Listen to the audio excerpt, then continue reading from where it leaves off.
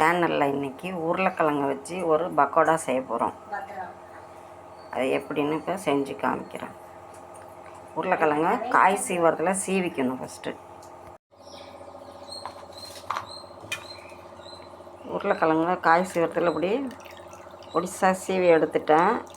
இந்த தண்ணியில் கொஞ்சம் உப்பு போட்டு ஒரு 5 நிமிஷம் அப்படியே இந்த உருளைக்கிழங்கு ஊறட்டும். அதுக்கப்புறம் வெங்காயம் கட் பண்ணிவிட்டு காமிக்கிறேன். தேவையான பொருள் என்னென்னு பார்த்துடலாம். மீடியம் சைஸ் வெங்காயம் 3 கட் பண்ணி வச்சுருக்கேன். கருவேப்பிலை பொடி பண்ணி வச்சுருக்கேன். 2 ஸ்பூன் பஜ்ஜி மாவு, 2 ஸ்பூன் கார்ன்ஃப்ளவர் மாவு, 1/2 ஸ்பூன் மிளகாத்தூள், ஒரு 10 பல் பூண்டு நசுக்கி வச்சுருக்கேன், ஒரு பச்சை மிளகாய், உங்களுக்கு காரம் வேணும்னா இன்னும் போட்டுக்கலாம், கொஞ்சம் இஞ்சி கட் பண்ணி வச்சுருக்கேன். இதெல்லாம் போட்டு அதோட உருளைக்கிழங்க தண்ணி இல்லாமல் கொழிஞ்சு வச்சுருக்குறேன்.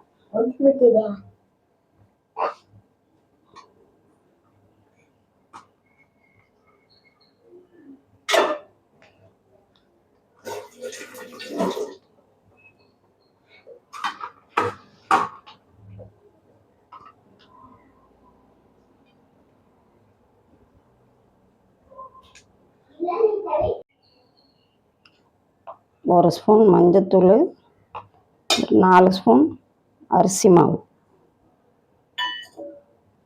தேவையான அளவு உப்பு காரம் உங்கள் டேஸ்ட்டுக்கு தகுந்த மாதிரி எல்லாத்தையும் ஒன்றா பிசைஞ்சு, தண்ணி ஊற்ற வேணாம். இந்த உருளைக்கிழங்குல இருக்கிற ஈரமே ஓரளவுக்கு கரெக்டாக வரும்.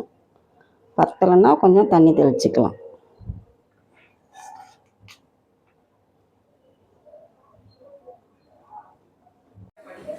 மாவு பிசைஞ்சிட்டேன்.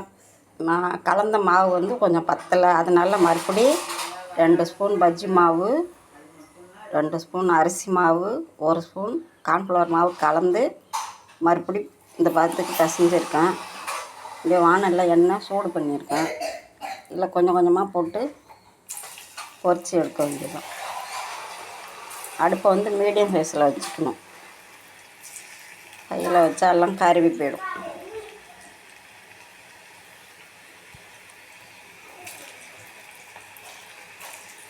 பொரிச்சு எடுத்துட்டு காமிக்கிறேன்.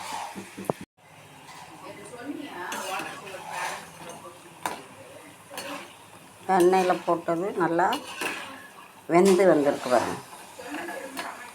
மொறு மொறுன்னு கிரிப்பியான பக்கோடா ரெடி.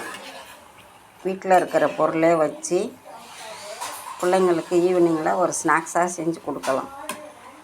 கடையில் போய் வாங்கணும்னு இல்லை. 2 உருளைக்கிழங்கு மட்டும்தான், மற்ற எல்லா பொருளுமே நம்ம வீட்டில் இருக்கிற பொருள் தான்.